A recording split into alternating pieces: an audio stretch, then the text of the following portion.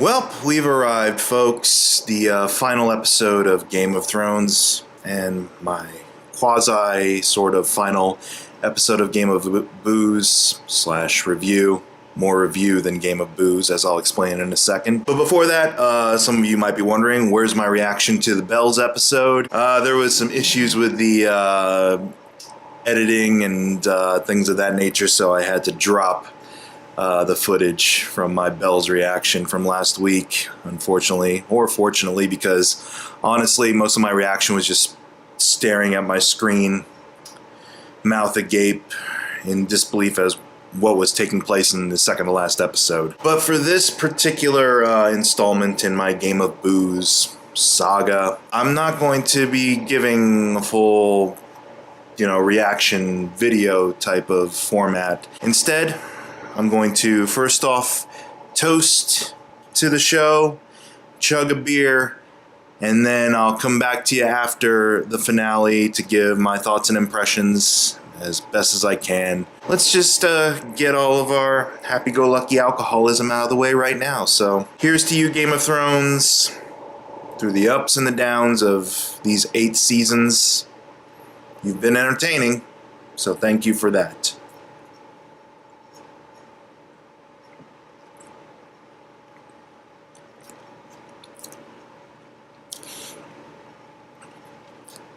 Oh, thank God. All right, let's wash that down. All right, let's wash that down.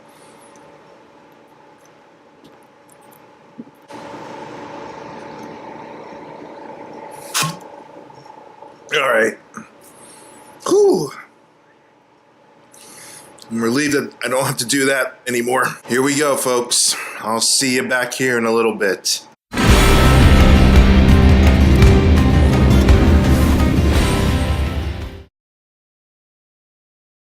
Got a goblet of wine here. Gonna drink Cersei style and try to explain my feelings and processing of the finale of Game of Thrones by the time I reach the bottom of this glass. I'm gonna start in chronological order here with the Bells. Honestly, my reaction was kind of pretty much consistent throughout. A lot of what I predicted on happening in that particular episode came to pass. I had a feeling that the Hound Mountain conflict was going to wrap up the way it did. I had a feeling there was going to be some Lannister sibling comeuppance with that regard, that they weren't going to be able to make it to the absolute finale. And I had a very strong feeling that Mad Queen Dany was going to become a reality at the raising of King's Landing. While the cinematography and the acting, of course, on the show throughout its run has been top-notch, in terms of plot beats, in terms of keeping me invested as a viewer, it didn't surpass expectations on that front. Which leads into the final episode of the series overall, The Iron Throne.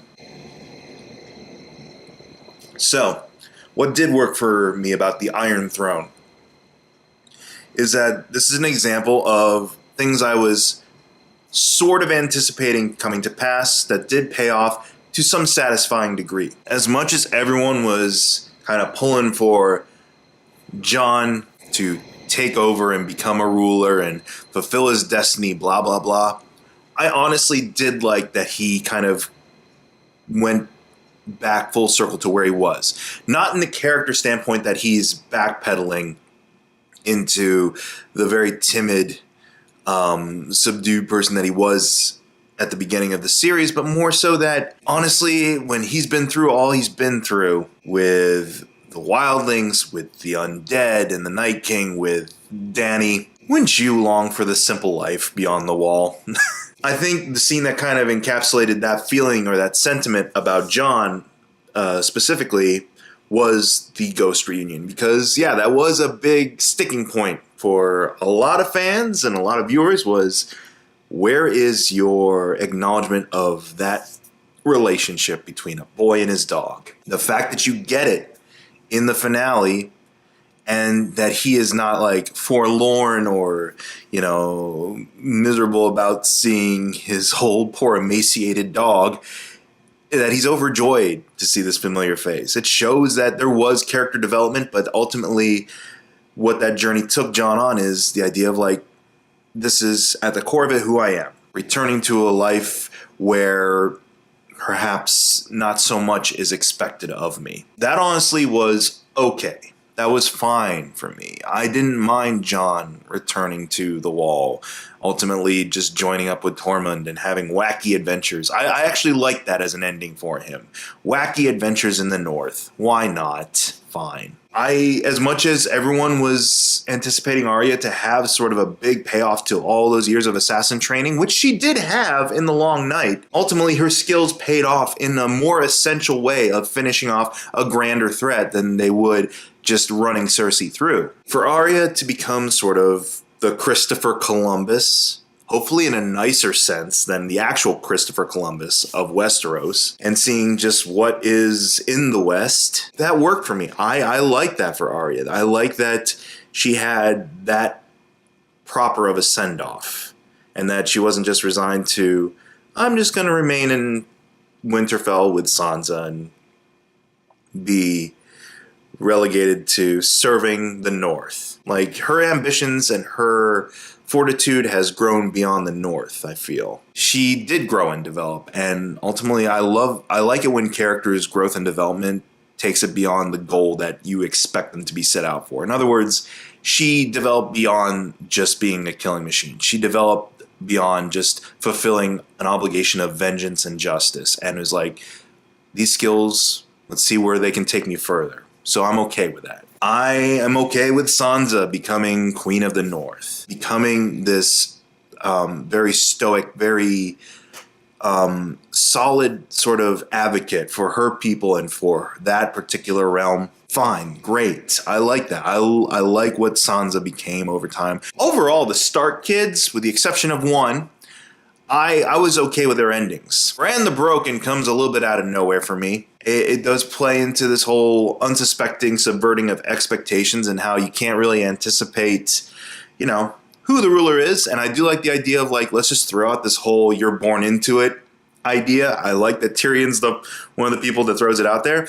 I did get a laugh when Sam did throw out that crazy idea that is democracy. Other than Bran, just because Bran wants for nothing, but somehow he happens to just fall. Sorry, bad choice of words there, Bran. I'm sorry. But he does just happen to fall into what a fortuitous position this is. It's left very ambiguous as to whether his rule will be a benevolent or an eerie one, because Bran, as much as I did like the idea of him being able to revisit scenes from the past, being able to gain some enlightenment as a three-eyed raven, he became detached from the present, from his constituents, from his family, and that leaves the series on a huge question mark of, ultimately, will this pay off for Westeros in the long run? And maybe it is that just feeling of unresolved issues surrounding the throne that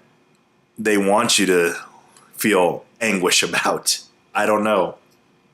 This is good wine. Tyrion, for the most part, I don't know. These past two seasons, I didn't feel as though they were good about characterizing sharp Tyrion.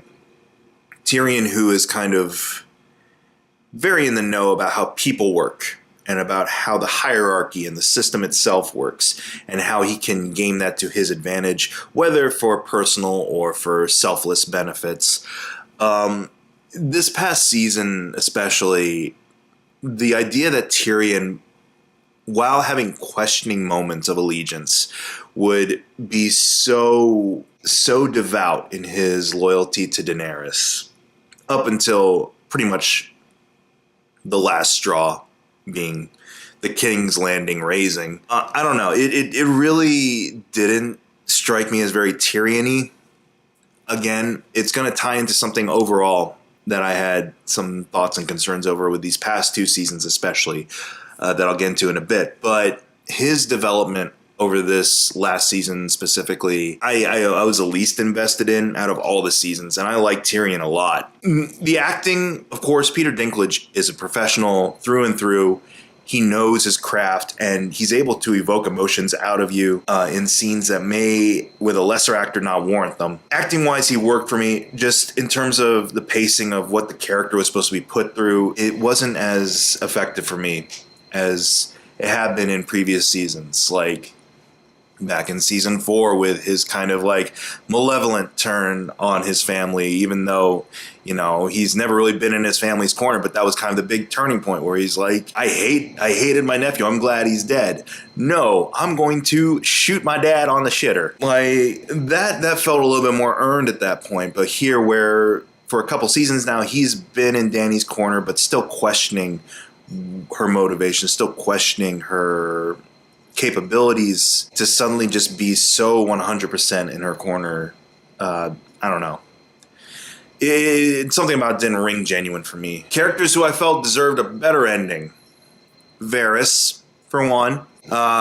He went very quietly and with a lot of dignity into that good night.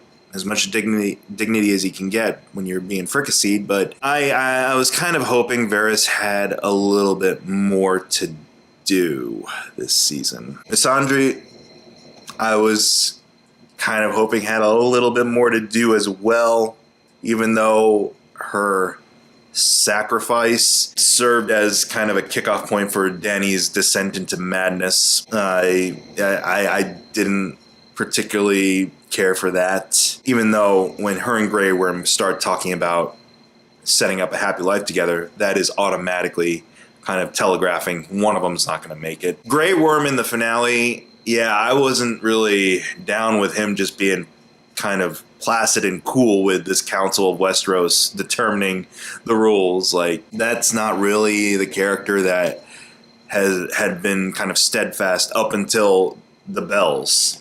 Like, this is a character who was through and through what the writers were kind of wrestling with Tyrion. He was devout. He was dedicated to his queen's cause. She's the one who liberated him. He owes her everything. Of course, he's going to be loyal to a fault. So to have him kind of just wait patiently in the background while this council determines the fate of people he perceives to be his enemies, the traitors, the treasonous ones, even in his queen's death, like it just felt like the character of Grey Worm would not let that go. So yeah, I felt that was sort of a disservice to him in the end. Jaime and Cersei, at least the actors got paid for one episode to just lie under fake rocks and look dead, so good for them. Ultimately, that was the character dynamic I felt was going to wrap up the way it was. It's like Jaime and Cersei, they will find some kind of resolution with each other, but they're going to die together. I kind of felt that since season 7 is like, that is a trajectory that these two characters are going to go. Throwing Brienne into the mix with Jaime was an interesting little exploration and detour, but ultimately, in the long run, what purpose did it serve? And here's where we come down to kind of the series overall. What purpose did a lot of things serve? The grand training of Arya into this faceless assassin, this Ubermensch, who's going to be able to take on all types of obstacles, adversities, and challenges. It served its purpose for one stabbing of the Night King and then kind of fizzled out. Ultimately, what did that serve? The playing up of Tyrion as this grand sort of, not manipulator, but a guy who sees all the patterns, who's able to see all the strategies, who outthinks all the thinkers. And he ultimately works towards being at the mercy of a lot of the lesser thinkers. What did that arc ultimately serve? Dany, her arc of being this liberator, of being this grand kind of force of hope, working its way back towards the homeland, to become mad, which, again, I predicted was going to happen early last season. I had a feeling like she's going to turn full Mad Queen at some point. But to have it end on more of a whimper than sort of a grandiose either sacrifice or gesture, what did that arc ultimately serve? Jon. Even though I was satisfied with his ending, ultimately, what's the point of him even being a Targaryen? Other than for people to say, you should be ruling because you're a Targaryen.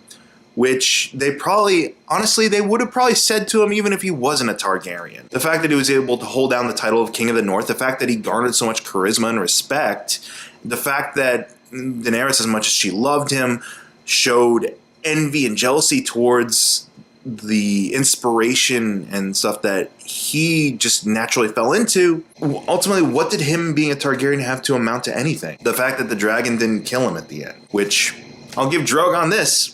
He has one of the better character arcs. He went from being a dragon who just kills things at mom's whim to being a dragon who thinks critically and decides to destroy rather the person who killed his mom, the symbol that killed his mom. This dragon's going places in regards to English lit. Overall, I'm not upset with the way Game of Thrones ended, even though you build up story arcs, you build up character development over seasons. I always, at some point, had something in the back of my head saying, this is going to be a downer of an ending for a lot of these characters, and a lot of this build up isn't going to have payoff. I always felt that at some point it wasn't going to live up to expectations that I had unrealistically placed upon the show. Because Game of Thrones, consistently throughout its run, has been about being a major downer for people. You know? The Red Wedding. The first time Jon Snow dies. Hodor. Season 1 with Ned. It's about taking the emotion and investment you develop in these characters and completely casting that aside to make you feel like crap in the end. While I knew there wasn't going to be a happy ending for the show, certainly I was prepared to go into the finale knowing things are going to be upsetting in here. Character resolutions aren't going to be what you would want them to be, even to some modicum of give them some semblance of happiness. They're not going to give you that semblance of happiness.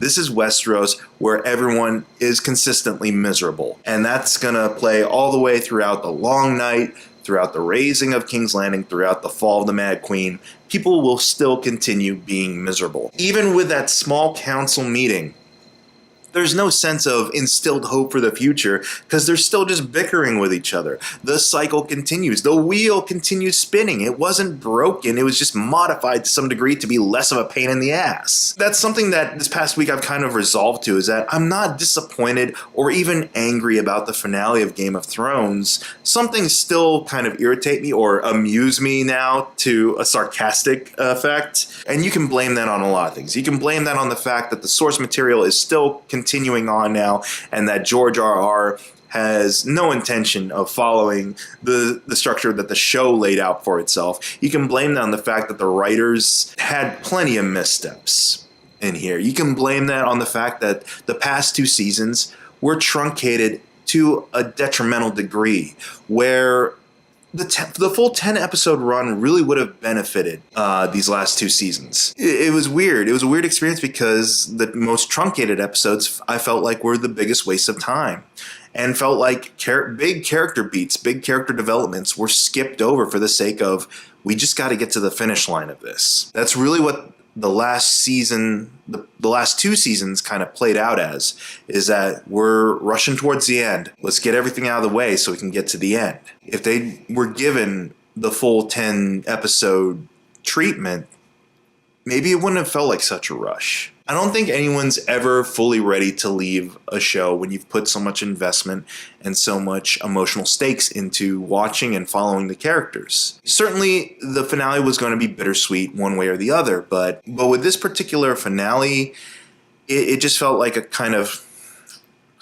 okay for me. That's honestly my reaction at the end of the last episode was, okay. I wasn't upset. I wasn't raving and ranting about, oh, that's not how I would have ended it. I didn't go online and immediately sign a petition for a remake of a final season. That's not going to happen, people. Come on, be realistic. I was just kind of like, yeah, that's the way it goes. Life goes on to its shittiest degree. Life goes on in Westeros. And ultimately, maybe that's the big takeaway from Game of Thrones, is that despite all the epic vistas, despite all the carnage and battles and political upheavals that went on in this fictional world, despite all the major character arcs and revelations and interpersonal dynamics that flourished and deteriorated over time, ultimately, maybe that's just the grand moral of the series overall, is shitty life goes on. Still got some wine. Yeah.